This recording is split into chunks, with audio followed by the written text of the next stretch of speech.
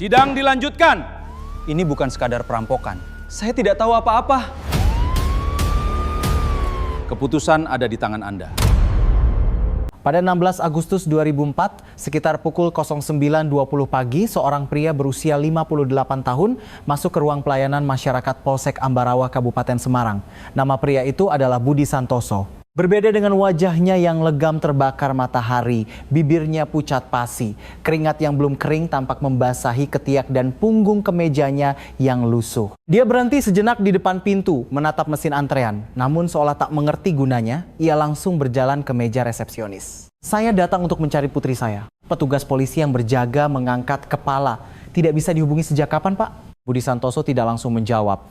Ia meremas-remas kantong plastik hitam di tangannya, melipat dan membukanya berulang kali. Setelah beberapa saat barulah ia membuka mulut. Sudah lebih dari sebulan. Di dalam kantong itu ada beberapa lembar foto putrinya, Siti Lestari, kartu tanda penduduk, foto keluarga dari pernikahannya, dan sehelai baju bayi kecil. Pada kain putih baju itu terdapat sulaman awan kecil dari benang merah muda. Budi Santoso menjelaskan bahwa putrinya sendiri yang membuatnya. Sejak sebelum menikah, Lestari suka membuat sesuatu dengan tangannya. Setelah memiliki anak, ia sering duduk di depan mesin jahit tua sepanjang hari membuatkan baju untuk bayinya. Lestari berusia 24 tahun. Ia melahirkan seorang putri 4 bulan yang lalu dan tinggal bersama suaminya, Agus Purnomo, dan ibu mertuanya Sumirah di sebuah rumah joglo tua di Desa Sidorahayu, Kecamatan Jambu. Terakhir kali ia menelepon ayahnya adalah pada malam tanggal 11 Juli. Bapak, mungkin dalam beberapa hari aku akan pulang. Suara Lestari hari itu lebih kecil dari biasanya. Ketika Budi bertanya ada apa, Lestari mengatakan ia bertengkar lagi dengan ibu mertuanya. Lestari ingin membawa bayinya pindah ke Semarang. Ia sudah berencana di siang hari ia akan bekerja di pabrik garmen kecil dan sepulang kerja merawat anaknya. Namun Sumirah menentang keras. Ia tidak akan membiarkan cucunya dibawa ke kota. Lalu suamimu bilang apa? Tanya Budi. Lestari terdiam sejenak. Dia tidak mengatakan apa-apa. Selalu seperti itu. Panggilan telepon itu tidak lama. Bayinya mulai menangis dan Lestari berkata akan menelpon lagi nanti sebelum menutup telepon. Namun setelah itu tidak ada kabar sama sekali. Budi baru menelpon ke rumah besannya 3 hari kemudian.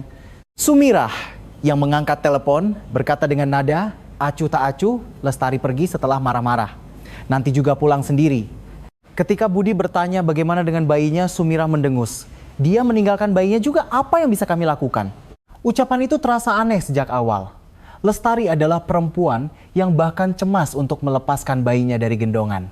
Putrinya, Kirana, masih menyusu ASI dan Lestari adalah orang yang akan langsung terbangun dan berlari jika mendengar tangisan kecil sekalipun. Bagi Budi, mustahil ia percaya bahwa Lestari tega meninggalkan bayinya sendirian di tengah malam. Selama beberapa hari, ia bolak-balik mendatangi Desa Sidorahayu. Setiap kali ia datang, jawaban Sumirah selalu sama.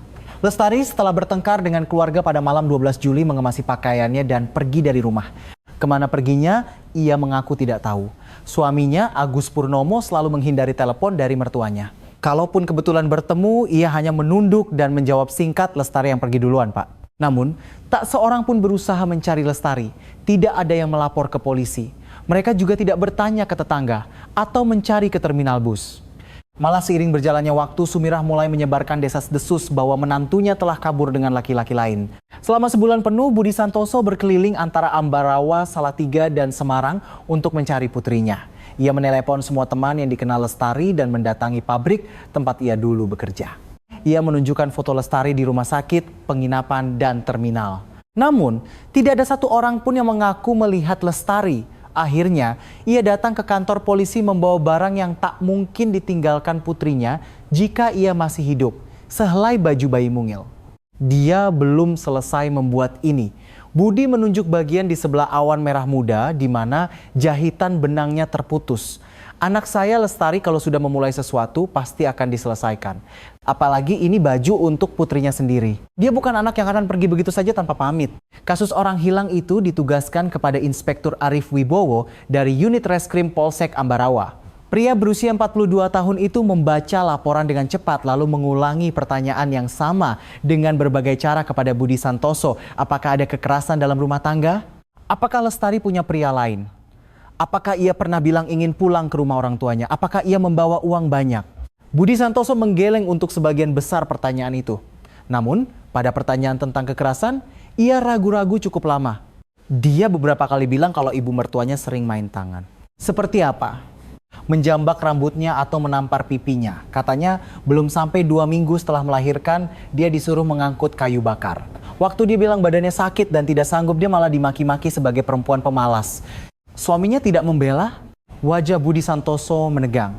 Lelaki itu bahkan tidak bisa membuka mulut di depan ibunya. Sore itu juga, Inspektur Arif bersama 2 orang detektif menuju desa Sidorahayu. Begitu keluar dari pusat kota kecamatan, jalanan langsung menyempit. Perbukitan rendah mengapit kedua sisi jalan dan kabel-kabel hitam menjuntai di antara tiang-tiang listrik tua. Sidorahayu adalah sebuah desa kecil dengan sekitar 20 rumah yang tersebar di sepanjang lembah. Di antara sawah dan ladang, lebih banyak terlihat terpal merah untuk menjemur cabai daripada manusia. Rumah Agus Purnomo berada di ujung desa. Atap joglonya sudah banyak yang melorot dan pagar bambunya lebih rendah dari pinggang orang dewasa. Di samping gerbang ada kandang anjing kosong, tapi tak terlihat ada anjing. Di sisi kanan halaman, tumpukan kayu bakar menggunung dan di bawah emperan belakang yang panjang berjejer tempayan-tempayan besar dan kecil. Saat para detektif memasuki halaman, terdengar suara tangisan bayi. Sesaat kemudian Sumirah membuka pintu. Untuk wanita berusia 54 tahun, perawakannya tampak kokoh dan rambutnya disanggul rapi ke belakang tanpa sehelai pun yang berantakan. Ia tidak terkejut melihat polisi. Sepertinya mertuanya sudah melapor ya. Nada bicaranya seolah sudah menduga hal ini akan terjadi. Di dalam ruangan, Agus Purnomo duduk sambil menggendong bayi. Wajah bayinya memerah karena menangis kencang. Tetapi Agus hanya mengayunkan lututnya dengan canggung. Seperti orang yang tidak tahu cara menenangkan anak. Begitu Sumirah merebut bayi itu, tangisnya semakin menjadi-jadi. Arif pertama-tama menanyakan situasi pada hari Lestari pergi dari rumah. Itu malam tanggal 12 Juli, jawab Sumirah. Dia keras kepala lagi mau pergi ke kota. Katanya mau bawa anak itu juga. Waktu saya bilang tidak boleh, dia langsung mengemasi bajunya tengah malam dan pergi. Sekitar jam berapa? Lewat jam 11 malam, pergi ke arah mana? Mana saya tahu, saya juga tidak mengikutinya. Agus Purnomo memberikan kesaksian yang serupa. Istrinya bertengkar dengan ibunya, lalu masuk ke kamar.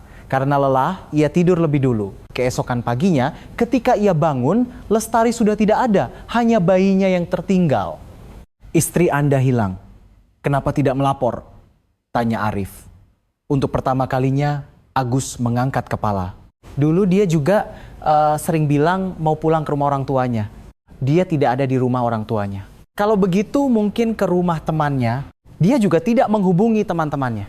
Bibir Agus mengatup sejenak. Namun, ia segera membuang muka dan berkata, dia pergi atas kemauannya sendiri. Apa yang bisa saya lakukan? Bagi Arif ada hal yang lebih penting dari jawaban itu. Apa yang tidak dikatakan Agus selama diinterogasi. Agus tidak pernah bertanya apakah istrinya baik-baik saja. Ia juga tidak penasaran bagaimana cara polisi akan mencarinya setelah laporan orang hilang diterima. Sebaliknya, ia berulang kali memastikan apakah polisi boleh menggeledah rumah dan apakah ia dan ibunya akan dimintai pertanggungjawaban hukum. Kamar yang digunakan Lestari berada di bagian dalam rumah. Sebuah kamar dengan 1 jendela kecil, lemari pakaian tua, laci, dan meja rias rendah. Sekilas kamar itu tampak bersih dan rapi, tetapi Arif segera menyadari keanehan. Hampir tidak ada jejak kehidupan manusia di sana. Di dalam lemari hanya tersisa pakaian laki-laki. Di atas meja rias tidak ada kosmetik, sisir, atau bahkan ikat rambut. Ada bekas paku di dinding, tetapi semua foto sudah dilepas. Di dalam laci hanya ada beberapa amplop kertas kosong dan kwitansi lama.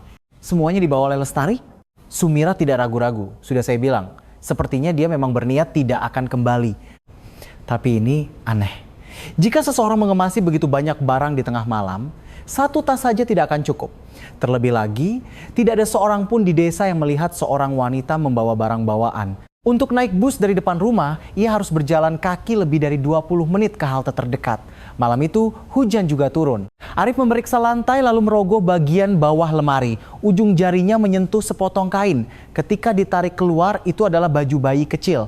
Satu sisi lengannya belum selesai. Dan jarum dengan benang merah muda masih tertusuk di sana.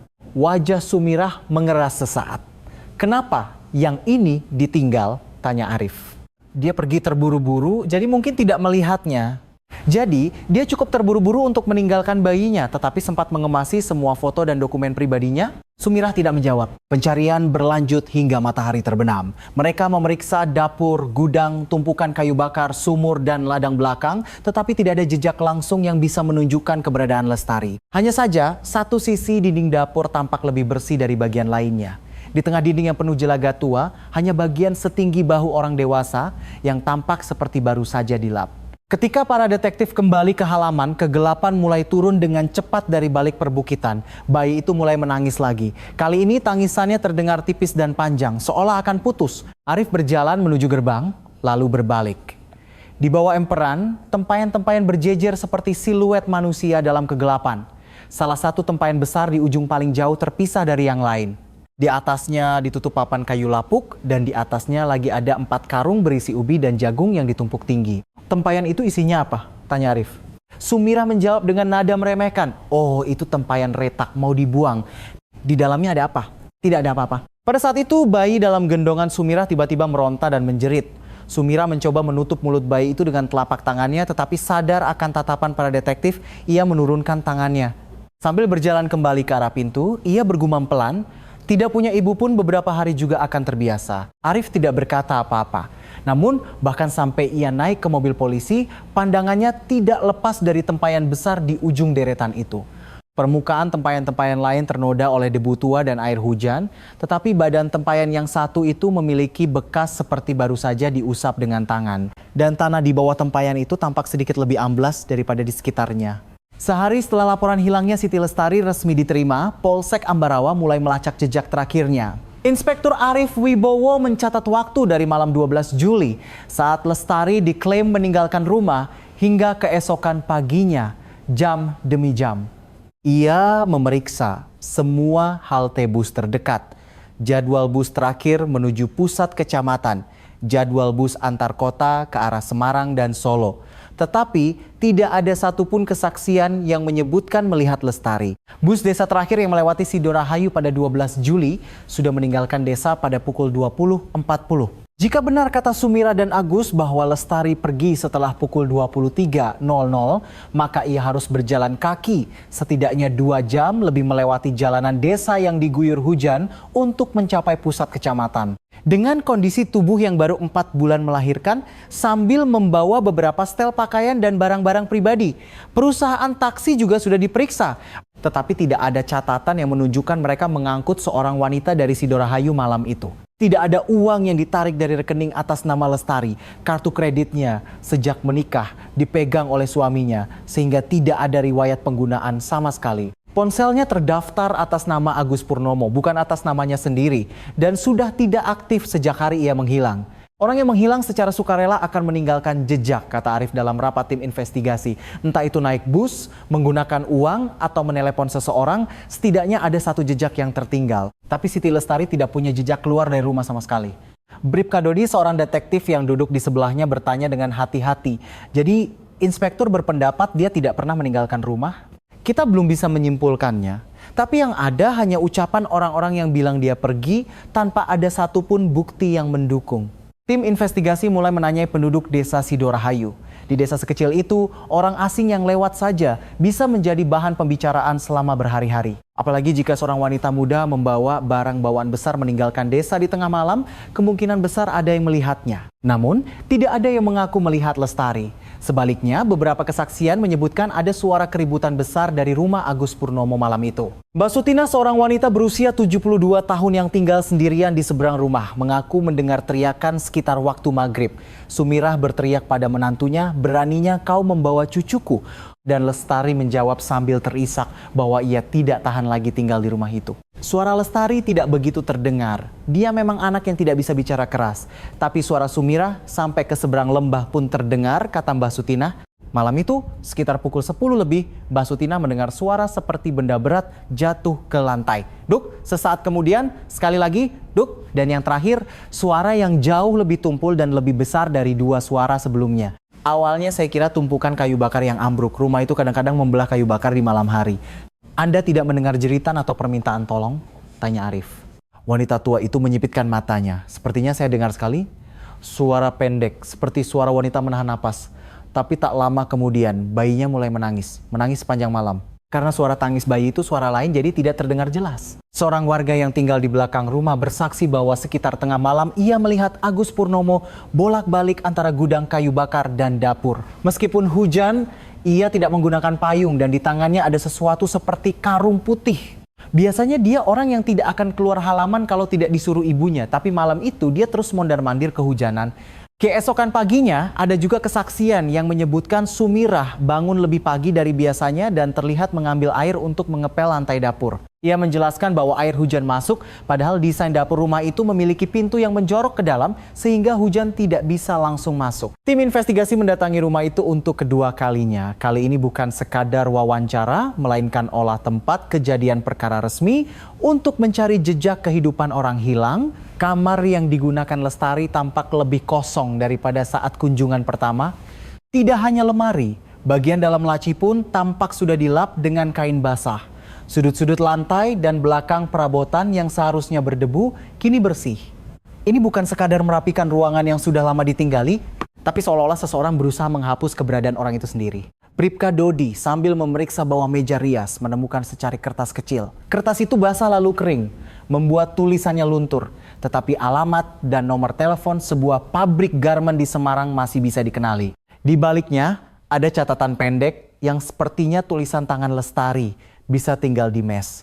Cek penitipan anak untuk Kirana. Faktanya, Lestari memang benar-benar berencana pindah ke Semarang. Namun, ini bukanlah rencana untuk kabur diam-diam di tengah malam. Ini adalah jejak persiapan untuk memulai hidup baru bersama anaknya. Melihat catatan itu, wajah Sumirah menegang. Sudah kuduga, dari awal dia memang berniat menculik anak itu. Kalau begitu, bukankah lebih aneh jika Lestari meninggalkan anaknya? Tanya Arif. Sumirah terdiam.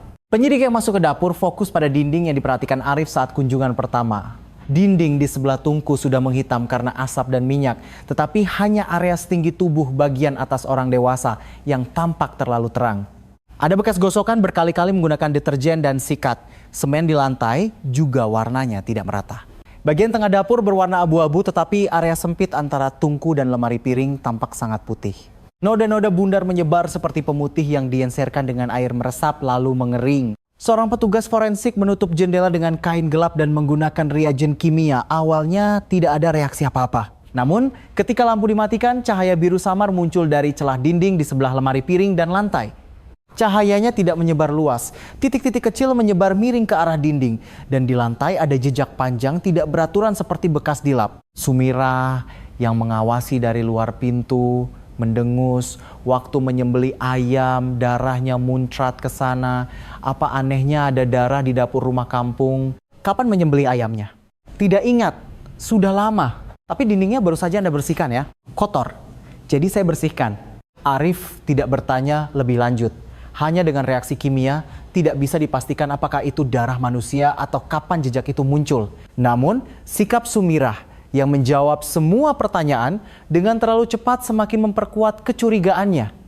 Seorang detektif yang memeriksa sekitar tumpukan kayu bakar di belakang rumah menemukan potongan kain hangus karena hujan beberapa hari sebelumnya. Sebagian besar sudah terkubur tanah tetapi ada bagian-bagian yang tidak terbakar sepenuhnya. Setelah tim dengan hati-hati membersihkan abu dan arang, ditemukan kancing logam kecil, potongan reed slitting dan hiasan besi dari sebuah jepit rambut. Di kantor polisi, saat diperlihatkan barang bukti, Budi Santoso langsung mengenali jepit rambut itu. Saya yang membelikannya. Itu adalah barang yang dipakai Lestari sejak sebelum menikah. Meskipun bukan barang mahal, putrinya merasa lebih nyaman memakainya karena rambutnya tebal. Sumirah bersikeras bahwa semua barang yang dibakar itu adalah barang-barang usang yang dibuang. Mungkin ada beberapa barang milik Lestari, karena dia sudah pergi, barang yang tidak perlu ya saya bakar. Meskipun menantu Anda mungkin akan kembali, Anda membakar semuanya, karena dia bukan anak yang akan kembali. Bagaimana Anda bisa yakin itu? Sumirah sejenak kehabisan kata-kata. Agus Purnomo yang berada di sebelahnya menyela. Ibu hanya bicara begitu karena marah. Pak Agus, apakah Anda pikir istri Anda akan kembali? Agus tidak bisa menjawab. Sebaliknya, ia menatap putrinya yang menangis di sudut halaman. Anak itu terbaring sendirian di atas selimut tipis. Agus melangkah beberapa kali seolah ingin mendekat tetapi kemudian berhenti setelah melihat tatapan ibunya. Penyelidikan hari itu berlanjut hingga senja. Rumah, gudang, sumur, tumpukan kayu bakar, hingga tanah di halaman belakang telah diperiksa, tetapi tidak ada bukti menentukan yang bisa menunjukkan keberadaan Lestari. Tim juga memeriksa deretan tempayan. Tempayan kecil berisi terasi dan sambal, sedangkan tempayan berukuran sedang berisi air garam. Tempayan besar di ujung paling jauh ditutupi papan kayu dan 4 karung. Saat Arif mencoba mendorong salah satu karung, Sumirah dengan cepat mendekat. Jangan sentuh itu, suaranya lebih tajam dari sebelumnya. Kenapa tidak boleh? Sudah saya bilang itu tempayan retak, kalau salah sentuh bisa pecah. Di bagian luar tempayan memang ada garis yang terlihat seperti retakan tua, tetapi sulit dipastikan apakah itu benar-benar retak karena terhalang karung dan tali. Saat itu, tim investigasi hanya memiliki laporan orang hilang dan reaksi darah yang tidak jelas. Belum ada dasar hukum yang cukup kuat untuk membuka paksa semua wadah dan merusak properti. Arif menyuruh agar tempayan itu difoto dari berbagai sisi, lalu mundur. Namun, sebelum masuk ke mobil, ia kembali memeriksa bagian bawah tempayan. Ada papan kayu yang menopangnya dan tanah di sekitarnya memiliki jejak seperti didorong dan ditarik oleh beberapa orang. Malam itu, Arif sendirian di kantor berulang kali memeriksa foto-foto dari lokasi. Kamar Lestari yang kosong, jepit rambut yang terbakar, dinding dapur yang sudah dilap, dan mulut tempayan yang seolah dibungkus plastik hitam bergiliran melintas di benaknya. Terlalu banyak hal yang dihapus untuk menjelaskan hilangnya satu orang. Mulai keesokan harinya, para detektif memperluas jangkauan penyelidikan. Tidak hanya warga yang tinggal di dekat rumah, tetapi juga orang-orang yang kebetulan lewat di ladang, pedagang yang mengantar hasil bumi, hingga tukang pos, semuanya ditanyai. Sebagian besar mengaku tidak melihat sesuatu yang istimewa. Hingga suatu hari, Pak Karyo yang tinggal di sebuah rumah sederhana di dekat gerbang desa memanggil para detektif. Pria berusia 60-an itu beberapa kali menjilat bibirnya saat ditanya. Wajahnya menunjukkan ia mengetahui sesuatu, tetapi ragu-ragu untuk mengatakannya. Soal tempayan di rumah itu, Pak Karyo akhirnya membuka suara. Mata Arif berubah tajam. Tempayan yang mana, Pak? Yang paling besar, di ujung emperan. Aslinya itu ada di dalam dapur. Kapan dipindahkan keluar? Beberapa hari setelah Lestari hilang. Tiba-tiba Agus datang minta tolong. Pak Karyo bercerita bahwa menjelang matahari terbenam hari itu, ia bersama Agus Purnomo memindahkan tempayan tersebut. Agus menjelaskan bahwa di dalamnya ada kecap asin lama, namun tempayan itu terasa berat dengan cara yang berbeda dari tempayan penuh berisi cairan. Tidak ada perasaan isi di dalamnya bergoyang dan beratnya terasa terkumpul di satu titik di bagian bawah. Untuk melewati ambang pintu dapur saja, mereka harus meletakkan tempayan itu 3 kali. Dalam proses memindahkan, saat Pak Karyo mencoba mengintip ke dalam tutup kayu, Agus berteriak melarangnya. Jangan dibuka, isinya sudah busuk, baunya tidak enak. Setelah meletakkan tempayan di bawah emperan, Agus menutupnya dengan papan kayu dan mengikatnya berkali-kali dengan tali. Lalu, ia menumpuk karung-karung ubi dan jagung di atasnya. Waktu itu saya pikir kecapnya memang sudah basi, kata Pak Karyo sambil menggosok kedua tangannya. Tapi setelah polisi datang mencari-cari, saya jadi kepikiran terus. Waktu memindahkan tempayan itu ada suara dari dalam sekali.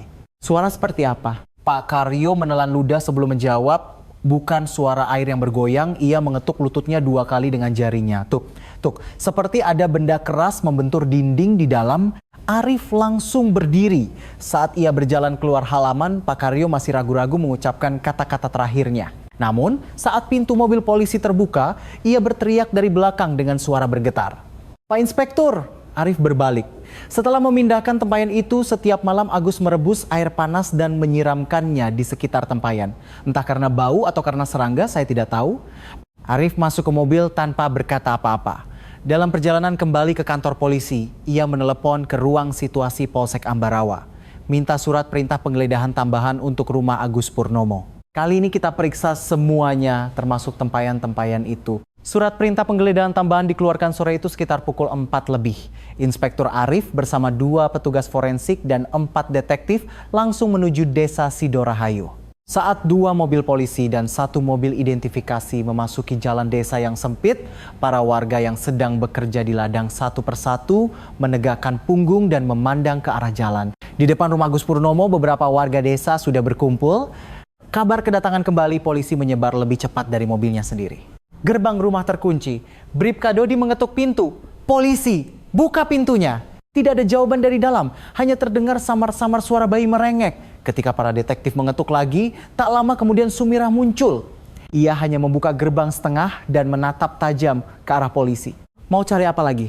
Arif menyodorkan salinan surat perintah. Kami akan memeriksa kembali rumah dan fasilitas penyimpanan di dalamnya. Tatapan Sumirah melirik kertas itu, lalu langsung beralih ke arah deretan tempayan di bawah emperan. Hanya sepersekian detik, tetapi Arif tidak melewatkan arah pandangan itu. Kemarin kan sudah dilihat semua, kenapa orang hilang dicarinya di rumah kami terus? Buka pintunya, tidak ada apa-apa di dalam tempayan itu. Arif tidak menunjuk fakta bahwa belum ada seorang pun yang menyebut kata tempayan. Ia mendorong gerbang dan masuk ke halaman. Di depan pintu rumah Agus Purnomo berdiri. Wajahnya lebih pucat dari kemarin dan rambutnya tampak berminyak seperti belum dicuci. Ia memandang bolak-balik antara polisi dan ibunya, lalu mundur tanpa kata. Pak Agus panggil Arif. Apakah Anda memindahkan tempayan bersama Pak Karyo? Mata Agus bergetar. Tempayan apa? Tempayan besar yang dipindahkan dari dalam dapur ke ujung emperan. Isinya kecap asin lama. Dipindahkan setelah Lestari hilang. Agus ragu sejenak lalu mengangguk karena bau. Lalu kenapa tutupnya diikat dengan tali dan ditumpuk karung di atasnya? Ibu bilang supaya tidak ada serangga yang masuk. Sebelum ia selesai menjawab, Sumirah menyela. Di rumah kampung, mengikat tempayan itu biasa. Hal sepele begini saja, kami diperlakukan seperti penjahat. Arif berkata tanpa emosi, kalau memang sepele, kita tinggal membukanya. Petugas forensik memasang garis polisi di sekitar deretan tempayan. Karung ubi dan jagung yang menumpuk di atas tempayan diberi nomor satu persatu dan dipindahkan ke samping. Setelah 4 karung disingkirkan, tampaklah papan kayu dan tali tambang tebal di bawahnya. Dari dekat, tempayan itu ternyata jauh lebih besar dari perkiraan. Tingginya melebihi pinggang orang dewasa, badannya dilapisi glasir coklat tua, dan di bagian bawahnya menempel tanah kering yang tebal. Garis yang diklaim Sumirah sebagai retakan ternyata hanyalah goresan yang dibuat dengan pigmen hitam. Saat Bribka Dodi menggosoknya dengan jari, serbuk hitam menempel. Bukan retak, Sumirah tidak menjawab. Mulut tempayan ditutup papan kayu tebal. Celah antara papan dan tempayan diisi dengan bahan campuran lumpur dan abu. Di atasnya, tali tambang melilit beberapa kali dalam bentuk silang dan simpulnya dimasukkan ke dalam agar tidak mudah dibuka. Seorang petugas identifikasi memperbaiki maskernya dan berkata, baunya menyengat. Setiap kali angin bertiup, dari sekitar tempayan tercium bau tanah lembab bercampur dengan bau amis dan anyir yang aneh. Terasa seperti bau makanan busuk, tetapi lebih berat dan pekat. Di sela-sela itu, tercium bau khas kapur yang menusuk hidung. Arif menatap Sumirah. Tadi bilang isinya kecap asin? Kecap asin yang sudah basi. Apakah kecap asin diberi kapur? Dagu Sumirah bergetar halus. Agus Purnomo entah sejak kapan sudah mundur hingga dekat gerbang. Bribka Dodi yang menyadari kaki Agus bergerak mundur perlahan berbalik. Berhenti di situ. Begitu kata-kata itu diucapkan, Agus tiba-tiba berlari ke arah gerbang. 2 detektif langsung mengejarnya. Sebelum berhasil keluar halaman, Agus tertangkap. Ia meronta-ronta hingga jatuh ke tanah. Wah, aku tidak tahu apa-apa, teriaknya sambil membenamkan wajahnya ke tanah. Ibu yang menyuruh, aku hanya memindahkannya saja. Desahan rendah terdengar dari kerumunan warga. Sumirah berteriak tajam ke arah putranya, tutup mulutmu. Begitu suara itu menggema, bayi di dalam rumah mulai menangis lagi. Arif memerintahkan agar keduanya dipisahkan lalu melanjutkan proses pembukaan tempayan. Seluruh proses direkam video. Petugas identifikasi pertama Tampama memotret simpul dan kondisi serat tali, lalu dengan tangan bersarung memotong tali tambang sedikit demi sedikit. Begitu tali terlepas, plastik hitam terlihat dari tepi papan kayu. Saat papan diangkat, plastik itu menutupi seluruh mulut tempayan. Tepi plastik diikat dengan kawat dan di atasnya lagi dililit lakban berlapis-lapis. Ini bukan segel untuk mencegah serangga. Ini adalah bentuk penyegelan untuk mencegah bau dan udara dari dalam keluar. Kawat pertama dipotong, lakban kedua dilepas. Saat petugas perlahan mengangkat satu sisi plastik, udara yang terperangkap di dalam tempayan keluar dengan suara pelan. Seseorang di belakang muntah. Bau busuk itu seketika menyelimuti halaman. Bahkan para detektif yang memakai masker pun mundur beberapa langkah. Warga berteriak dan berlarian keluar pagar. Arif tidak bergerak. Ia menerima senter dan menyorot ke dalam tempayan. Awalnya hanya terlihat gumpalan putih keabu-abuan. Tampak seperti kapur yang mengeras karena lembab. Namun, saat cahaya diturunkan sedikit, di sela-selanya muncul rambut manusia, rambut hitam panjang yang kusut dengan kapur dan menempel di dinding tempayan. Di bawahnya ada punggung yang ditutupi kain. Itu adalah manusia. Tubuh seorang wanita dipaksa masuk dalam posisi membungkuk. Lututnya ditarik ke arah dada dan tubuh bagian atasnya terlipat ke depan. Kedua tangannya diikat di belakang punggung. Tali yang mengikat pergelangan tangannya adalah tali jemuran putih yang biasa digunakan untuk menjemur popok dan pakaian bayi. Di sekitar jenazah, kapur ditumpuk tebal. Di atasnya dicampur abu, garam, dan bubuk arang. Ini bukan untuk mencegah pembusukan, melainkan jejak untuk menyembunyikan bau dan menunda penemuan. Arif segera memerintahkan agar lokasi diperluas dan disterilkan. Tim dari laboratorium forensik dan kejaksaan setempat dihubungi. Lampu penerangan dipasang di halaman dan setiap benda di sekitar tempayan tanah, karung, tali, plastik diberi nomor barang bukti agar tidak ada yang terlewat. Proses pengangkatan jenazah tidak mudah karena tubuh terjepit di dalam, ada risiko jenazah dan barang bukti rusak jika ditarik paksa.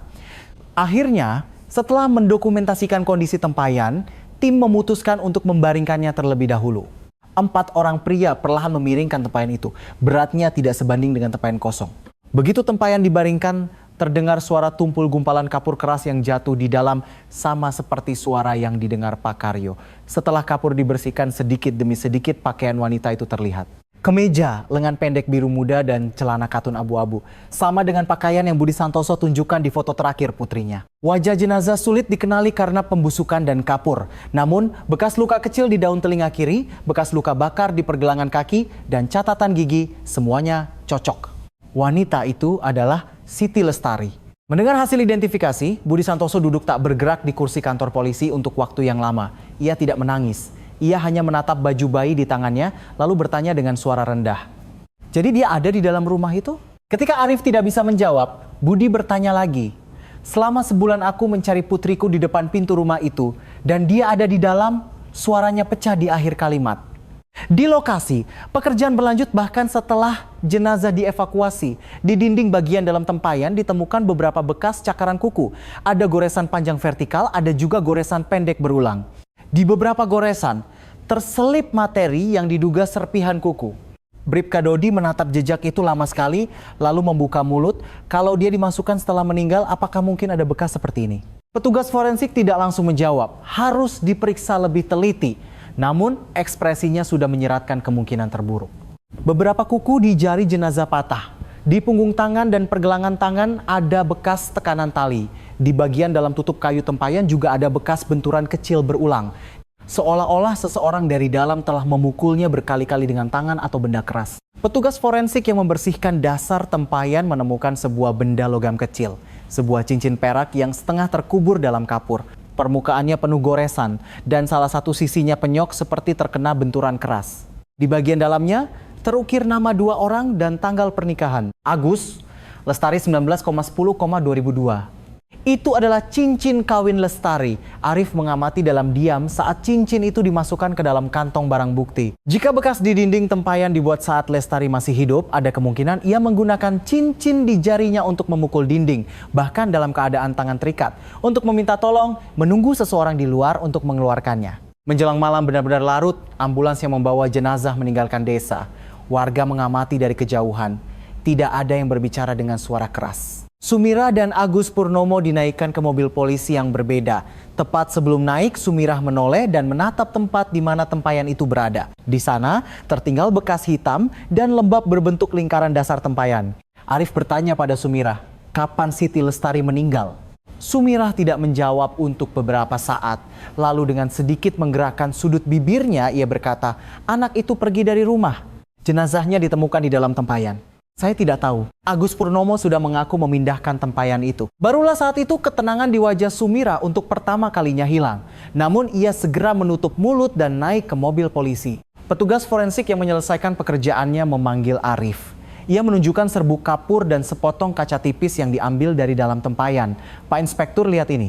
Di bawah kaca pembesar mikroskop, di antara serbuk putih keabu-abuan, terlihat partikel-partikel kecil berwarna merah kecoklatan. Apa itu?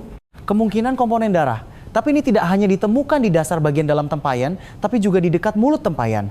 Apa artinya? Petugas forensik menunjuk pada bekas benturan berulang di bagian dalam tutup tempayan. Artinya, sulit untuk menyimpulkan bahwa korban sudah dalam keadaan meninggal saat dimasukkan. Arif menatap tempayan itu. Baru saat itulah ia berpikir bahwa suara tuk kamuk yang didengar Pak Karyo mungkin bukan suara jenazah yang membentur dinding saat dipindahkan. Mungkin suara itu berasal dari dalam. Mungkin itu adalah suara Siti Lestari yang masih hidup, yang dengan sisa tenaganya memukul dinding untuk memberitahu orang di luar bahwa ia masih ada. Autopsi Siti Lestari berlangsung hingga subuh keesokan harinya. Jenazah telah terperangkap di dalam tempayan selama lebih dari sebulan dan lingkungan yang bercampur kapur, abu dan garam menyebabkan perubahan yang berbeda dari proses pembusukan biasa. Kulit dan jaringan lunak rusak parah, tetapi pada tulang dan lapisan otot dalam masih tersisa jejak yang bisa melacak urutan kejadian. Dokter forensik pertama-tama memeriksa kerusakan di bagian belakang kepala. Di sisi kanan tengkorak terdapat fraktur depresi yang bulat dan dalam. Ini bukan luka akibat satu kali benturan. Di sekitar area itu tumpang tindih retakan dengan ukuran dan arah yang berbeda, dan pada otot leher serta bahu ditemukan beberapa pendarahan yang terjadi akibat benturan keras. Setidaknya 3 kali pukulan, kata dokter forensik. Sepertinya setelah dipukul dan jatuh, ada pukulan tambahan. Arif menatap catatan di balik kaca ruang autopsi. Penyebab kematiannya adalah cedera kepala. Sebagai penyebab langsung, itu sudah cukup. Tapi sulit untuk mengatakan dia langsung meninggal. Dokter forensik mengeluarkan foto pergelangan tangan dan jari-jari Lestari. Di pergelangan tangannya ada bekas tekanan dalam dari tali jemuran. Reaksi pendarahan yang tidak mungkin muncul jika mayat diikat setelah kematian juga terkonfirmasi. Di ujung jari dan di bawah kuku ditemukan tanah dari dalam tempayan, serpihan glasir, dan serat dari tutup kayu. Lestari diikat dalam keadaan hidup. Dan setelah masuk ke dalam tempayan, ia masih bergerak. Yang paling penting adalah partikel halus yang ditemukan di saluran pernapasan dan paru-parunya. Meskipun dalam jumlah sangat kecil, komponen kapur dan abu masuk hingga ke bagian dalam sistem pernapasannya. Ini berarti setelah kapur ditaburkan di sekitar tubuhnya, ia masih bernapas. Dokter forensik memilih kata-katanya dengan hati-hati sebelum menyimpulkan. Siti Lestari kemungkinan besar kehilangan kesadaran setelah mengalami cedera kepala serius. Namun, ia tidak langsung meninggal. Ada kemungkinan besar ia sempat sadar kembali setelah dimasukkan ke dalam tempayan. Wajah Bribka Dodi menegang saat bertanya, berapa lama dia bertahan hidup? Tidak bisa dipastikan, bisa jadi beberapa menit, bisa jadi lebih lama. Kekurangan oksigen di dalam tempayan dan serbuk kapur yang masuk ke saluran pernapasannya akan membuat kondisinya memburuk dengan cepat. Jadi dia meninggal di dalam tempayan? Dokter forensik mengangguk perlahan. Hasil autopsi mengubah sepenuhnya sifat kasus ini. Sekarang, Sumira dan Agus Purnomo tidak bisa lagi berdalih ini adalah kecelakaan yang diikuti penyembunyian mayat. Mereka mengikat orang yang masih hidup, memasukkannya ke dalam tempayan kedap udara, dan meskipun ada kesempatan untuk menyelamatkannya, mereka membiarkannya begitu saja. Arif kembali ke dapur rumah itu. Rumah yang sudah kosong terasa lebih sempit dan gelap dari sebelumnya. Di dinding sebelah tungku, tertempel nomor-nomor kecil yang dipasang tim forensik. Berdasarkan arah dan ketinggian percikan darah yang telah dibersihkan, posisi perabotan dan bekas gesekan di lantai, urutan kejadian perlahan-lahan mulai terungkap. Percikan darah di dinding bukan berasal dari bawah ke atas. Itu menyebar miring dari ketinggian kepala wanita dewasa. Pukulan pertama mengenai Lestari dari belakang saat ia dalam posisi berdiri. Setelah itu, ia sepertinya terbentur sudut lemari piring. Di lantai, ada noda darah samar seukuran telapak tangan. Jejak saat Lestari jatuh dan menahan diri dengan satu tangan. Di sebelahnya, ada bekas seretan panjang yang mengarah ke tempat tempayan itu semula berada. Bribka Dodi berjalan mengikuti garis yang ditandai di lantai. Dia jatuh di sini, lalu diseret ke sana. Bukan satu orang yang menyeretnya, jawab Arif. Di kedua sisi bekas seretan itu ada jejak kaki dengan ukuran berbeda. Satu cocok dengan sandal karet yang biasa dipakai Sumirah, dan yang lain sama dengan sol sepatu kerja Agus Purnomo. Di satu sudut dapur berjejer kayu bakar dan alat pertanian yang disita. Yang paling mencolok adalah sebuah alu kayu tebal dengan panjang sekitar 50 cm. Benda yang biasa digunakan Sumira untuk menumbuk cabai dan kedelai. Permukaannya sudah dicuci bersih. Namun, di celah antara gagang dan badannya, terdeteksi sejumlah kecil darah dan rambut. DNA-nya cocok dengan Siti Lestari. Pada permukaan kayu, ada retakan halus. Hasil pemeriksaan forensik menunjukkan bahwa retakan itu bukan terbentuk karena memukul benda lunak sekali, melainkan bentuk yang muncul saat berulang kali membentur tulang yang keras. Arif menatap Alu itu dan mulai membayangkan awal mula kejadian. Malam 12 Juli, Lestari kembali mengungkit soal pindah ke Semarang.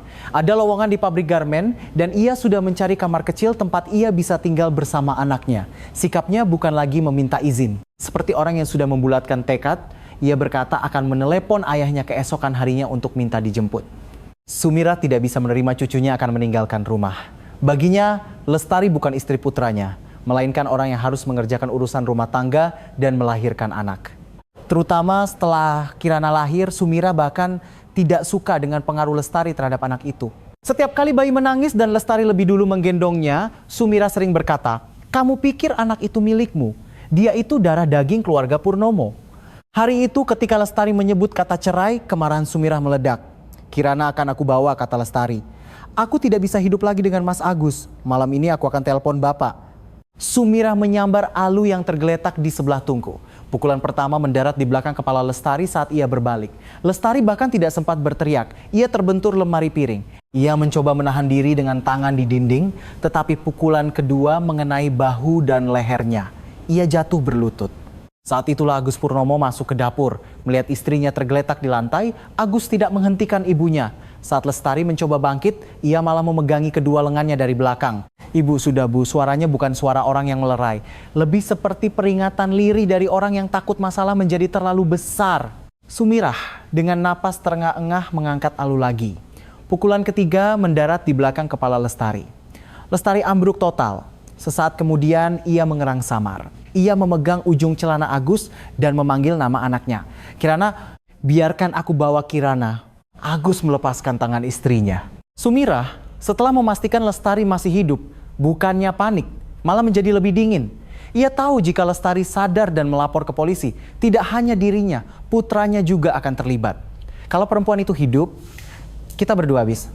Sumirah mengambil tali jemuran. Awalnya Agus tidak bergerak. Namun ketika ibunya sendirian mencoba memutar lengan Lestari ke belakang, ia berlutut dan menekan tubuh bagian atas istrinya. Mereka berdua mengikat pergelangan tangan Lestari. Lestari yang sempat pingsan membuka mata lagi dan meronta dengan suara lirih. Saat itu tempayan besar ada di sudut dapur. Tempayan yang sudah lama kosong. Sumirah membuka tutupnya dan memeriksa ke dalam. Barulah saat itu Agus menyadari apa yang akan mereka lakukan. "Ibu, kita bawa ke rumah sakit." "Kalau ke rumah sakit, kamu yang ditangkap. Aku tidak memukulnya, kamu yang memeganginya." Satu kalimat itu membuat Agus bungkam. Mereka berdua menyeret Lestari ke depan tempayan. Awalnya mereka mencoba mengangkat tubuh bagian atasnya, tetapi mulut tempayan terlalu sempit. Sumirah memerintahkan agar kaki Lestari ditekuk. Agus mendorong lutut istrinya ke arah dada. Lestari membuka matanya sejenak. Ia melihat wajah Agus tepat di depannya. Bibirnya bergerak tetapi suaranya hampir tidak keluar. Agus membuang muka. Mereka berdua memiringkan tubuh Lestari terbalik dan mendorongnya ke dalam tempayan. Kepala dan bahunya masuk lebih dulu, diikuti oleh lutut dan kaki yang terlipat. Kening Lestari membentur dinding dalam tempayan. Sumirah segera mengambil karung kapur. Tanpa sempat dicegah Agus, ia menumpahkan bubuk putih itu ke atas tubuh Lestari.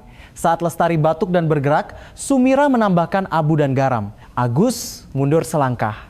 Saat itu terdengar suara kecil dari dalam tempayan. Suara menggaruk, awalnya lemah tetapi lama-lama menjadi lebih cepat. Lestari dengan tangan terikat menggaruk dinding tempayan. Cincin kawin di jarinya beradu dengan permukaan glasir menimbulkan suara logam yang keras. Agus menengok ke dalam. Dia masih hidup. Sumirah mengambil plastik hitam dan menutupi mulut tempayan. Makanya tutup. Saat mereka berdua mengikat kawat dan tali, suara dari dalam masih terus terdengar.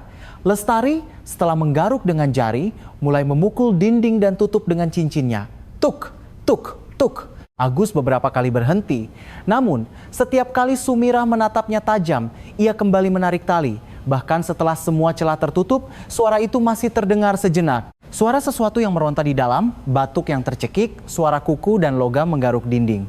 Di dalam kamar, Kirana yang berusia 4 bulan menangis. Agus berdiri di antara dapur dan kamar mendengar dua suara bersamaan. Di satu sisi, putrinya mencari ibunya. Di sisi lain, istrinya memukul dinding tempayan untuk bertahan hidup. Sumirah menyuruh Agus mengambil batu besar.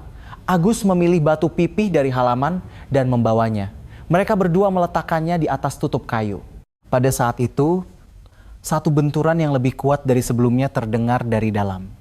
Dan sesaat kemudian, sekali lagi, suara terakhir sangat lemah. Arif berdiri di lantai dapur membayangkan suara yang telah lama hilang itu. Malam itu di rumah ini ada 3 orang yang mendengar permintaan tolong Lestari. Sumirah, Agus Purnomo, dan putrinya yang berusia 4 bulan yang bahkan belum bisa bicara. Namun tidak ada yang membuka tutup tempayan itu. Setibanya di Polsek Ambarawa, Sumirah dan Agus Purnomo langsung dipisahkan ke ruang interogasi di lantai yang berbeda. Meskipun berada di gedung yang sama, mereka bahkan tidak tahu di mana pasangannya berada. Tim investigasi mengatur jalur pergerakan dan waktu penggunaan toilet secara terpisah. Ini untuk memastikan 2 orang yang telah bersekongkol selama sebulan tidak lagi bisa menyamakan alibi dengan tatapan mata atau sepatah kata. Ruang interogasi yang dimasuki Sumirah tidak berjendela. Dindingnya dilapisi peredam suara tua dan lampu neon di langit-langit bersinar begitu dingin hingga menghapus semua bayangan di wajah seseorang. Begitu duduk, ia melipat tangan dan menatap Arif. Kenapa jenazah menantu saya ditemukan di dalam tempayan? Pertanyaan pertama dilontarkan, tetapi Sumirah bahkan tidak berkedip. Saya tidak tahu. Tempayan itu aslinya ada di dalam dapur. Itu tempayan untuk menyimpan kecap asin lama. Dipindahkan keluar setelah Siti Lestari hilang. Mungkin anak saya yang memindahkannya. Siapa yang menutup mulut tempayan dengan plastik dan kawat, lalu memasukkan kapur dan abu? Sumirah menatap wajah Arif sejenak lalu menyeringai. Kalau polisi, ya polisi yang harus cari tahu, kenapa tanya saya? Sikapnya tidak menunjukkan kepanikan maupun kesedihan. Sulit dipercaya ia adalah orang yang menantunya ditemukan menjadi mayat di rumahnya sendiri. Malah, ekspresinya seperti orang yang merasa dirugikan karena terseret ke dalam masalah yang merepotkan. Di luar ruang interogasi, Bribka Dodi mengamati Sumirah dari balik kaca satu arah. Sepertinya dia sudah tahu akan bertahan seperti ini sejak awal. Arif menjawab lirih. Dia bukan bertahan. Dia masih percaya bisa mengendalikan situasi.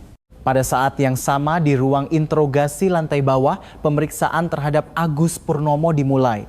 Ia menyandarkan tubuhnya dalam-dalam ke kursi kepala tertunduk. Berbeda dengan orang yang mencoba kabur di halaman tadi, suaranya kini kembali tenang. Saya tidak tahu ada istri saya di dalam tempayan itu, katanya. Ibu bilang isinya sisa makanan basi. Detektif yang bertugas bertanya, kalau tidak tahu apa-apa, kenapa Anda lari saat polisi mau membuka tempayan itu? Saya kaget. Tadi di halaman Anda bilang ibu yang menyuruh. Maksud saya, yang menyuruh memindahkan tempayan. Anda tidak bertanya apa isinya. Hanya dibilang sampah bau. Setiap kali ditanya, Agus Purnomo mengubah ceritanya sedikit demi sedikit. Tapi intinya sama. Ia tidak tahu apa-apa dan semua perbuatan itu dilakukan ibunya sendirian. Tim investigasi tidak langsung memberitahukan hasil autopsi kepada mereka. Sebaliknya, mereka mengamati pernyataan apa yang diberikan oleh masing-masing. Untuk memecah kebisuan Sumirah, Arif meletakkan bukti-bukti dari tempayan satu persatu di atas meja. Pertama, foto cincin kawin. Cincin yang penyok di satu sisi karena berulang kali digunakan untuk memukul dinding tempayan. Kemudian, laporan analisis tentang serbuk glasir dan serat kayu yang ditemukan di bawah kuku Lestari. Lalu diletakkan foto bekas ikatan di pergelangan tangan dan partikel kapur dari saluran pernapasannya. Siti Lestari masih hidup saat dimasukkan ke dalam tempayan, kata Arif. Saat kata-kata itu diucapkan, untuk pertama kalinya mata Sumirah bergetar. Namun, ia segera membuang muka. Di tubuh orang mati, bisa saja ditemukan macam-macam. Dokter forensik tidak berpendapat begitu. Lestari sadar kembali di dalam tempayan. Dia mencakar dinding dengan kukunya dan memukul tutup dengan cincinnya. Sumirah menjilat bibirnya yang kering. Saya tidak dengar. Saya belum bertanya siapa yang mendengar. Ruangan menjadi sunyi. Sumirah sadar ia telah melakukan kesalahan, tapi ia tidak bisa menarik kembali kata-kata yang sudah terucap. Arif mencondongkan tubuhnya ke depan. Apa yang tidak Anda dengar? Tidak ada apa-apa? Maksud Anda suara dari dalam tempayan? Tidak ada suara seperti itu. Lalu kenapa Anda lebih dulu bilang tidak mendengar? Wajah Sumirah menunjukkan kejengkelan. Ia memukul meja dengan telapak tangannya dan berteriak. Dia mau mati atau hidup? Apa urusannya dengan saya? Bisa saja setelah dia pergi dari rumah, ada orang lain yang bawa dia ke situ dan memasukkannya. Kalau begitu, kenapa Anda membakar pakaian dan jepit rambut menantu Anda yang katanya pergi dari rumah? Barang usang, jadi saya buang. Kenapa dinding dapur dibersihkan dengan pemutih?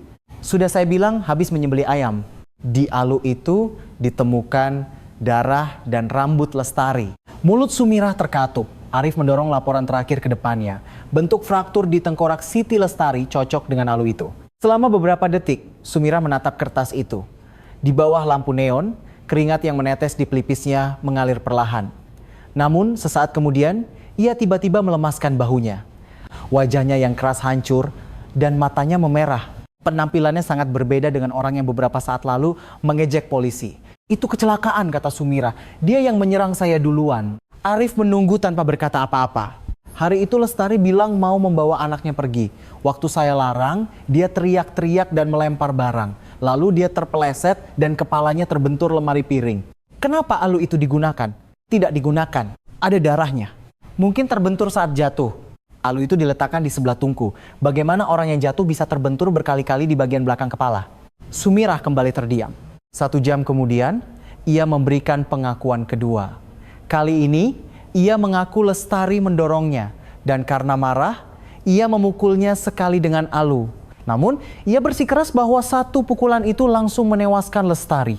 Karena terlalu takut, ia tidak melapor ke polisi dan sendirian memasukkan mayatnya ke dalam tempayan. Agus Purnomo tidak tahu apa-apa, kata Sumira. Anak itu hari itu minum-minum dan tidur di kamar. Semuanya saya yang lakukan. Anak Anda yang memindahkan tempayan itu. Dia tidak tahu apa isinya. Di mulut tempayan ditemukan jaringan kulit Agus Purnomo. Mungkin menempel waktu memindahkannya nanti. Di tali jemuran yang mengikat pergelangan tangan Lestari juga ditemukan. Wajah Sumirah mengeras. Arif membentangkan denah lokasi kejadian yang menunjukkan ukuran tempayan dan jenazah. Tempayan itu tingginya hampir 1,3 meter, terbuat dari glasir tebal dan tanah liat, sehingga berat bahkan dalam keadaan kosong. Tinggi Lestari 163 cm dan beratnya sekitar 52 kg setelah melahirkan. Bagaimana Anda memasukkannya sendirian? Saya seret lalu masukkan. Coba jelaskan. Sumirah menggerakkan tangannya, mengatakan ia memegang lengan jenazah dan mengangkatnya. Tapi menurut penjelasannya, hanya bagian atas tubuh Lestari yang akan tersangkut di mulut tempayan dan tidak ada cara untuk mengangkat bagian bawahnya. Tempayannya tidak jatuh, saya sandarkan ke dinding. Di lokasi, tidak ada bekas disandarkan ke dinding. Kalau begitu, saya baringkan dulu baru saya masukkan. Lapisan kapur di dalam tempayan ditaburkan saat posisi berdiri. Sumirah tidak bisa menjawab. Tim investigasi bahkan melakukan reka ulang adegan menggunakan seorang polwan dengan postur serupa dan boneka manekin. Secara fisik mustahil bagi seseorang dengan usia dan fisik seperti Sumirah untuk sendirian mengangkat tubuh lemas seberat 52 kg ke atas mulut tempayan. Terlebih lagi, untuk menekuk lutut korban, mengikat tangannya, dan mendorongnya masuk mulai dari tubuh bagian atas, dibutuhkan setidaknya 2 orang. Pengakuan Sumirah bahwa ia melakukan semuanya sendirian adalah kebohongan untuk melindungi putranya. Arif membawa hasil itu dan turun ke ruang interogasi Agus Purnomo. Agus sudah kelelahan setelah lebih dari 10 jam diinterogasi. Matanya merah dan tangannya yang memegang gelas kertas bergetar halus. Arif tanpa kata meletakkan kantong barang bukti berisi cincin kawin di atas meja. Agus begitu melihat cincin itu langsung membuang muka. Anda kenal barang istri Anda? Tidak? Di dalamnya terukir nama Anda. Cincin yang mirip banyak. Lestari memukul dinding tempayan dengan cincin ini. Jakun Agus bergerak. Anda mendengar suara itu? Tidak dengar. Pak Karyo mendengar suara benda keras memukul dinding dari dalam saat memindahkan tempayan. Saat itu ada kemungkinan Lestari masih hidup. Agus tiba-tiba mengangkat kepala. Masih hidup waktu itu? Arif menatap lurus ke wajahnya. Kenapa kaget? Anda bilang Anda tidak tahu apa-apa. Agus membeku dengan mulut ternganga. Satu lagi kesalahan. Arif membentangkan hasil autopsi. Di saluran pernapasan Lestari ditemukan kapur. Dia disiram kapur dalam keadaan hidup. Di pergelangan tangannya ada bekas ikatan saat hidup dan di bawah kukunya ada serpihan glasir tempayan. Ibu, Agus mulai bicara tapi Arif memotongnya. Ibu Anda bilang Anda tidur di kamar malam itu, tapi di lantai dapur ada jejak sepatu kerja Anda. Di tali jemuran ada DNA Anda. Di plastik dan kawat tempayan juga ada. Saya hanya menyentuhnya belakangan. Istri Anda memukul dinding dari dalam tempayan, tapi Anda tidak mengeluarkannya. Saya kira dia sudah mati. Begitu kata-kata itu keluar, waktu di ruang interogasi seolah berhenti. Arif bertanya dengan sangat perlahan, Anda lihat apa sampai mengira dia sudah mati? Agus menutup mulutnya dengan tangan. Sudah terlambat. Selama ini ia bersikeras tidak tahu siapa yang ada di dalam tempayan. Tapi sekarang ia bilang mengira Lestari sudah mati. Arif tidak menekan lebih jauh. Sebaliknya, ia bersandar di kursi dan diam. Hanya suara lampu neon yang terdengar lirih. Keheningan menekan Agus lebih kuat daripada pertanyaan. Beberapa menit kemudian bahu Agus mulai bergetar. Saya tidak memukulnya katanya. Sungguh saya tidak memukulnya sekalipun. Tapi Anda memeganginya. Agus menundukkan kepala, ibu sangat marah. Lestari bilang mau cerai dan mau bawa Kirana. Begitu mendengar itu, ibu langsung mengambil Alu. Kenapa Anda tidak mencegahnya? Saya mencoba mencegahnya. Memegangi lengan Lestari itu namanya mencegah. Agus menutupi wajahnya dengan kedua tangan. Lestari terus mencoba bangkit. Saya takut dia menyerang ibu. Kalau Anda melepaskan Lestari sebelum pukulan ketiga, dia bisa lari. Waktu itu saya tidak tahu akan jadi begini. Saat memasukkannya ke dalam tempayan, Anda tahu? Napas Agus menjadi kasar. Ia tidak menjawab untuk waktu yang lama. Lalu seolah mengeluarkan napas yang sudah lama ditahan, ia membuka mulut. Lestari membuka matanya, suaranya hampir tak terdengar. Saat kami mengangkat tubuhnya untuk dimasukkan ke tempayan, dia membuka matanya. Dia melihat saya. Dia bilang apa? Dia minta untuk melihat anaknya sekali saja. Agus mulai menangis. Tapi tangisannya lebih seperti kehancuran orang yang takut akan hukumannya sendiri daripada kesedihan orang yang kehilangan istri. Ibu bilang, cepat masukkan. Kalau Lestari hidup, kita berdua masuk penjara. Saya mau melepaskan tangan saya. Tapi ibu bilang, karena saya sudah ikut memegang, saya sudah jadi orang yang sama. Jadi Anda memasukkan istri Anda ke dalam tempayan. Agus mengangguk. Ada suara dari dalam. Dia berdeham, menutup telinganya dengan kedua tangan. Awalnya suara garukan. Lalu dia memukul dengan cincinnya. Terus memukul. Berapa lama Anda mendengarnya? Tidak tahu. Beberapa menit, 10 menit, 30 menit. Sudah kubilang tidak tahu. Agus tiba-tiba berteriak dan segera meringkuk. Bayinya menangis. Lestari juga membuat suara di dalam tempayan. Ibu menyuruh saya merebus air panas. Katanya kalau disiram air, baunya tidak akan terlalu menyengat. Lestari masih hidup, tapi Anda sudah khawatir soal bau? Ibu yang menyuruh. Suara Arif menjadi dingin. Anda orang dewasa berusia 27 tahun yang memegang lengan istri Anda, yang memasukkan tubuhnya ke dalam tempayan, yang menutupnya dengan plastik, yang menaruh batu di atasnya, semua Anda lakukan dengan tangan Anda sendiri. Agus tidak bisa membantah lagi. Pukul 03.40 dini hari itu, Agus Purnomo menandatangani berita acara pemeriksaan yang mengakui semua tuduhan. Ia mengaku memegangi lengan Lestari saat ibunya memukul dengan Alu. Dan meskipun tahu Lestari masih hidup, ia memasukkannya ke dalam tempayan dan menutupnya. Memanggil Pak Karyo beberapa hari kemudian untuk memindahkan tempayan itu juga perbuatannya. Namun bagi Arif masih ada pertanyaan yang belum terjawab. Apakah Sumira benar-benar menyerang Lestari karena kemarahan sesaat hari itu? Ataukah sejak mendengar Lestari akan membawa anaknya pergi, ia sudah memiliki pikiran lain? Keesokan paginya, tim investigasi kembali menggeledah kamar Sumirah. Dari dalam lemari ditemukan sebuah kalender pertanian lama. Di setiap tanggal tertulis catatan singkat. Hari menanam cabai, hari ke pasar, hari membeli obat. Tanggal 12 Juli dilingkari dengan pulpen merah. Di sebelahnya tertulis kalimat dengan huruf kecil. Selesaikan sebelum dia membawa anak itu. Bribka Dodi menatap tulisan itu cukup lama. Apakah ini maksudnya Lestari? Arif memasukkan kalender itu ke dalam kantong barang bukti. Kita harus periksa dulu tulisannya, tapi semua penyidik berpikiran sama. Jika ini adalah kejadian spontan di tengah pertengkaran, tidak ada alasan untuk menandai tanggal persis saat Lestari mengatakan akan pergi ke Semarang. Beberapa hari kemudian, hasil pemeriksaan tulisan tangan keluar. Tulisan di kalender itu adalah tulisan tangan Sumirah. Penyelidikan lebih lanjut juga mengonfirmasi fakta yang lebih mengerikan. 2 hari sebelum kejadian, Sumirah membeli kawat tebal dan plastik hitam di toko besi desa. Pada hari yang sama, di toko pertanian, ia membeli kapur tohor dalam jumlah yang lebih banyak dari biasanya. Pemilik toko bersaksi bahwa Sumirah berkata akan menggunakannya untuk mengubur anjing mati. Namun, tidak ada anjing mati yang ditemukan di rumah itu. Hanya kandang anjing kosong yang sudah lama ada di samping gerbang. Meskipun dihadapkan dengan kalender dan catatan pembelian, Sumirah tidak mengakui adanya rencana. Saya beli itu untuk menutupi tempayan karena musim hujan. Kenapa beli kapur? Untuk disinfeksi kandang ternak. Bukankah Anda bilang untuk mengubur anjing mati? Pemilik tokonya yang salah dengar. Arif meletakkan kalender itu di depannya. Selesaikan sebelum dia membawa anak itu. Siapa yang mau Anda selesaikan? Sumirah menatap tulisan itu. Awalnya tidak ada ekspresi. Lalu sangat perlahan ia mulai tertawa. Tawa yang singkat dan kering. Dia dari awal bukan orang di rumah ini katanya. Dia merebut anakku lalu mau merebut cucuku juga. Jadi Anda membunuhnya? Dia anak yang kubesarkan. Ini rumah yang harus kujaga dan ini darah dagingku. Siti Lestari juga ibu dari anak itu. Tawa Sumirah berhenti. Dia perempuan yang tidak tahu diuntung. Dengan kalimat itu, semuanya menjadi jelas.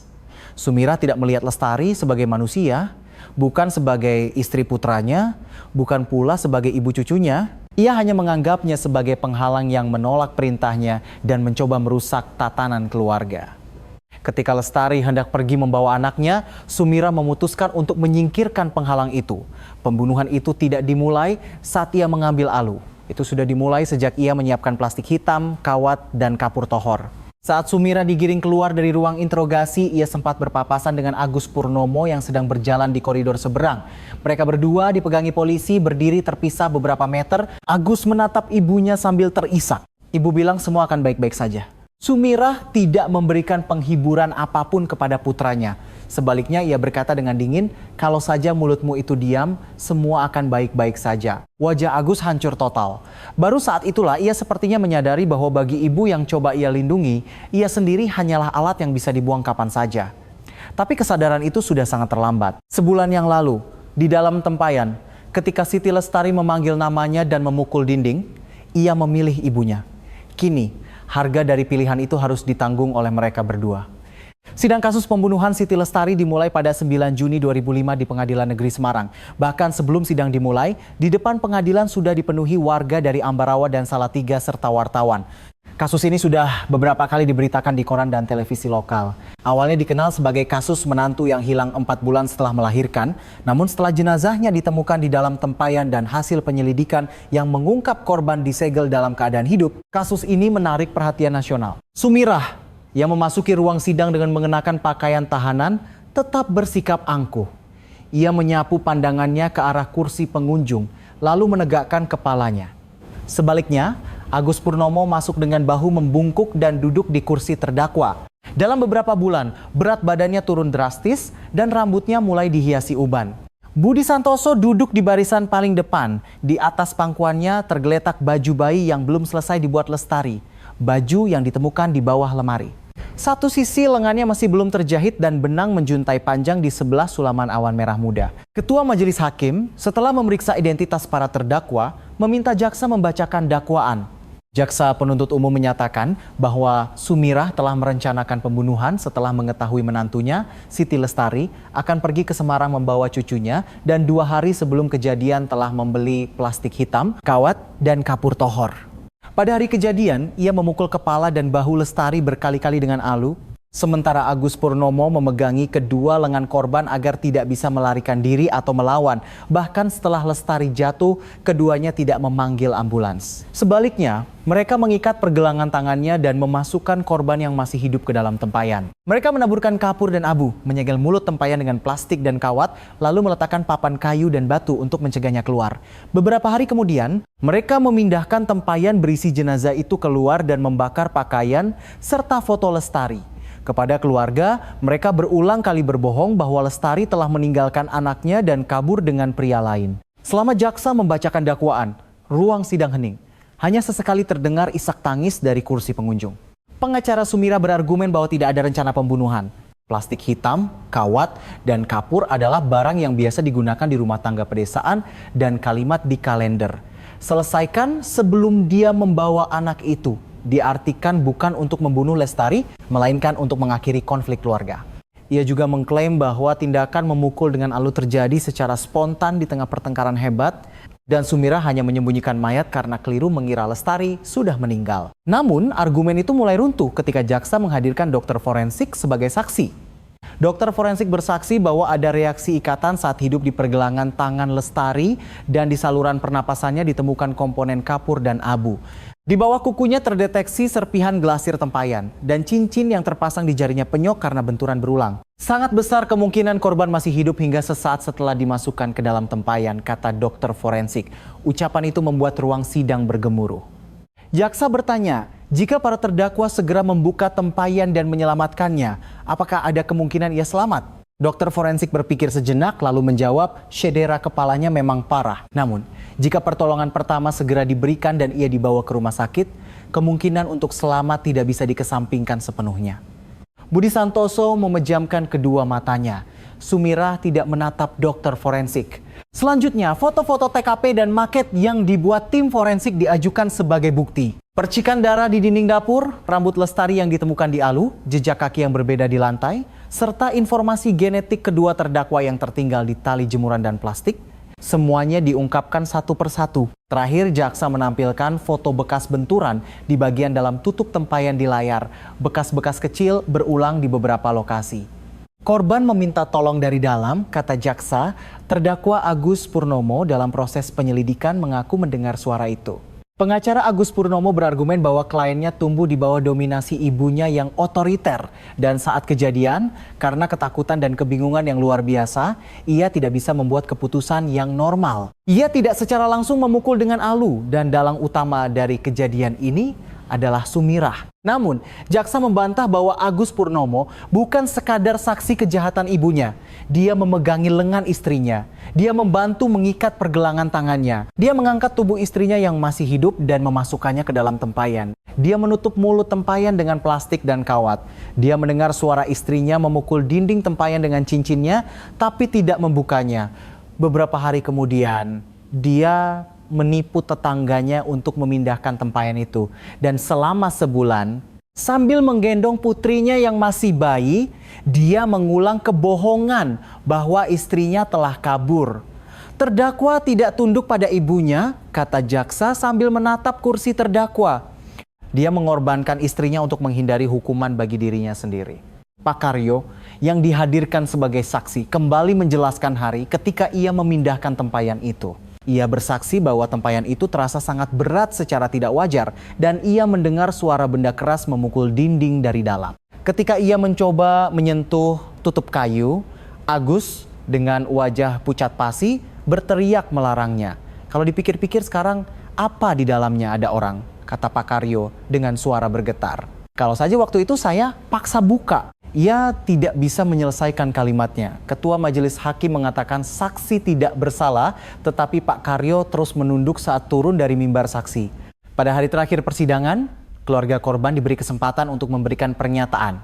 Budi Santoso sambil membawa baju bayi yang belum selesai berdiri di mimbar saksi. Tidak ada naskah yang disiapkan. Ia menatap para terdakwa cukup lama, lalu perlahan membuka mulut. Saya mencari putri saya selama sebulan. Suaranya rendah, tapi terdengar jelas hingga ke ujung ruang sidang. Saya juga beberapa kali datang ke rumah itu. Saya bertanya kemana Lestari saya. Orang-orang itu setiap kali mengatakan putri saya telah meninggalkan anaknya. Mereka juga bilang dia pergi dengan laki-laki lain. Budi Santoso menatap Sumirah. Tidak cukup membunuh putri saya, mereka membuat anak saya yang sudah mati menjadi ibu yang buruk. Sumirah membuang muka. Budi Santoso kali ini menatap Agus Purnomo. Di saat-saat terakhirnya, Lestari pasti memanggil namamu. Bukan nama polisi, bukan nama saya, tapi nama suaminya. Tapi kamu tidak membuka tempayan itu. Bahu Agus Purnomo bergetar. Budi Santoso membentangkan baju bayi di tangannya. Baju ini dibuat putri saya untuk Kirana. Orang yang mau pergi, kenapa membuat ini? Orang yang mau meninggalkan anaknya, kenapa menyisakan satu lengan yang belum selesai? Suara tangis pecah dari kursi pengunjung. Saya tidak meminta hukuman yang berat, kata Budi Santoso. Saya hanya minta agar orang-orang itu sampai mereka mati tidak akan pernah bisa melupakan suara yang terdengar dari dalam tempayan itu. Dalam pembelaan terakhirnya, Agus Purnomo bangkit dan membungkuk pada Budi Santoso. Maafkan saya, katanya sambil menangis. Waktu itu saya sedang tidak waras. Saya takut pada ibu dan takut masalah menjadi besar. Budi Santoso tidak menatapnya. Agus Purnomo berulang kali mengucapkan kata maaf, tetapi semakin panjang permintaan maafnya, semakin dingin tatapan di ruang sidang. Ia lebih banyak mengulang-ulang ketakutannya sendiri daripada meminta maaf pada istrinya. Pembelaan terakhir Sumirah sangat berbeda. Ia berkata bahwa ia hanya berusaha melindungi keluarganya. Ia mengklaim Lestari yang lebih dulu tidak menghormati mertua dan mencoba meninggalkan putranya serta membawa pergi cucunya. Hakim ketua bertanya, apakah Anda mengakui fakta bahwa korban adalah ibu kandung dari anak itu? Sumirah terdiam sejenak. Melahirkan saja tidak berarti dia sudah menjadi ibu. Begitu kalimat itu keluar, cemoohan keras terdengar dari kursi pengunjung. Hakim ketua segera memerintahkan ketertiban. Putusan dijatuhkan pada 30 Juni 2005. Majelis Hakim menolak argumen pembunuhan spontan dengan pertimbangan Sumirah telah mengetahui rencana kepindahan korban dan menyiapkan alat kejahatan sebelumnya serta menyegel tempayan meskipun tahu korban masih dalam keadaan hidup. Sumirah divonis penjara seumur hidup.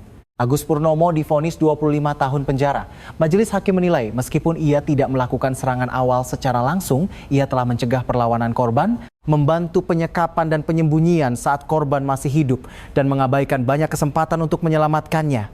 Mendengar vonis, Agus Purnomo terduduk lemas di lantai kursi terdakwa. Sumirah tidak mengubah ekspresinya sedikit pun. Saat petugas membawa mereka keluar dengan tangan di borgol, Agus mengulurkan tangan ke arah ibunya. "Ibu." Sumirah tidak menoleh. Budi Santoso bahkan setelah putusan dibacakan tidak bisa langsung meninggalkan tempat duduknya. Baru setelah semua orang keluar dari ruang sidang, ia melipat kembali baju bayi itu dan memasukkannya ke dalam bajunya. Setelah kejadian itu, rumah keluarga Purnomo menjadi kosong. Tempayan yang disita tetap berada di ruang penyimpanan barang bukti hingga persidangan selesai, lalu dimusnahkan. Di halaman rumah yang ditinggalkan seluruh penghuninya, rumput liar tumbuh subur. Di bawah emperan tempat tempayan itu dulu berada hanya tersisa bekas lingkaran. Jika hujan turun, di tempat itu akan terbentuk genangan air hitam yang lebih lama kering dari tempat lain. Selama beberapa bulan pertama, warga desa bahkan menghindari lewat di depan rumah itu. Anak-anak tidak berani mendekati pagar dan orang dewasa sengaja mengambil jalan memutar setelah matahari terbenam. Lalu mulailah beredar rumor aneh. Ada yang mengaku mendengar suara tangisan bayi dari rumah kosong di tengah malam. Ada juga yang mengatakan mendengar suara seperti kayu dipukul 3 kali berulang dari arah dapur. Tuk, tuk, tuk. Ada yang bilang itu hanya suara pintu yang berderit ditiup angin. Ada yang bilang itu suara tetesan air hujan dari emperan tua. Tapi Pak Karyo yang dulu memindahkan tempayan itu bersikeras ia tahu suara apa itu. Sejak kejadian itu ia hampir tidak pernah minum alkohol. Jika malam tiba, ia mengunci pintu dan menyetel radio dengan keras. Meski begitu, pada hari-hari hujan, ia mengaku kadang-kadang mendengar suara tumpul dari arah rumah itu. Sama persis dengan suara yang kudengar waktu itu, kata Pak Karyo pada orang-orang. Suara seseorang memukul dinding dari dalam. Beberapa tahun kemudian, sebuah proyek pengembangan desa mengharuskan rumah itu untuk dirobohkan. Saat para pekerja merobohkan dinding dapur di balik lemari piring, mereka menemukan beberapa goresan tipis, tertutup oleh jelaga tua. Tetapi setelah dinding dibersihkan, muncul jejak yang terlihat seperti tulisan tangan yang tidak beraturan. "Anakku." Tulisan setelahnya tidak bisa dibaca karena dindingnya retak. Jejak itu tidak ditemukan saat penyelidikan karena tertutup lemari. Namun, tidak bisa dipastikan apakah itu tulisan yang ditinggalkan Lestari atau goresan lama dari orang lain. Orang-orang kemudian mulai percaya bahwa itu adalah kata-kata terakhir Lestari. Budi Santoso tidak berkomentar apapun tentang rumor itu. Ia membawa cucunya, Kirana, meninggalkan kampung halamannya dan pindah ke sebuah rumah kontrakan kecil di Salatiga. Nama anak itu melalui proses hukum diubah menggunakan marga ibunya. Ketika Kirana Lestari berusia 5 tahun, ia bertanya pada kakeknya di mana ibunya. Budi Santoso sudah lama menyiapkan jawaban. Tetapi begitu mendengar pertanyaan itu, tidak ada kata-kata yang muncul di benaknya. Ia mengeluarkan baju bayi kecil dari lemari. Baju yang tidak sempat diselesaikan oleh Lestari. Budi Santoso setelah kejadian itu belajar menjahit dan menyelesaikan sendiri lengan yang terputus itu. "Ini dibuatkan ibumu untukmu." Kirana memeluk baju itu. "Ibu sayang padaku?" Budi Santoso mengelus kepala cucunya lebih dari siapapun di dunia ini.